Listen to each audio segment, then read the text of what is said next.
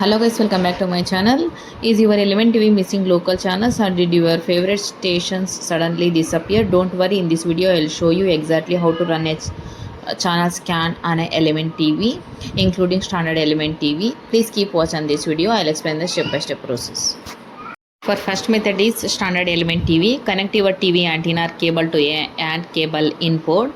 Press the menu button on your remote. Select go to TV settings or channel. Select air or cable of the services. Choose auto scan or auto program. Select S or start to begin scanning.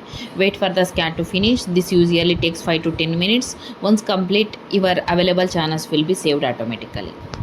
Next one is Element Google TV. For this, press the home button, open settings, go to channels and inputs or channel sources, select air or cable, choose auto scan. Wait until the scan reaches 100%, then start watching your local channels. Third method is Element 5 TV edition. Press home button, select antenna from the input session. From the on-screen setup, select scan for channels, wait for the scan to complete. Here I tell troubleshooting steps, that is, make sure the antenna is securely connected. Select air antenna, not cable, when using an over-the-air antenna. Reposition your antenna near a window. If you are no channels are found, run another channel scan after moving the antenna.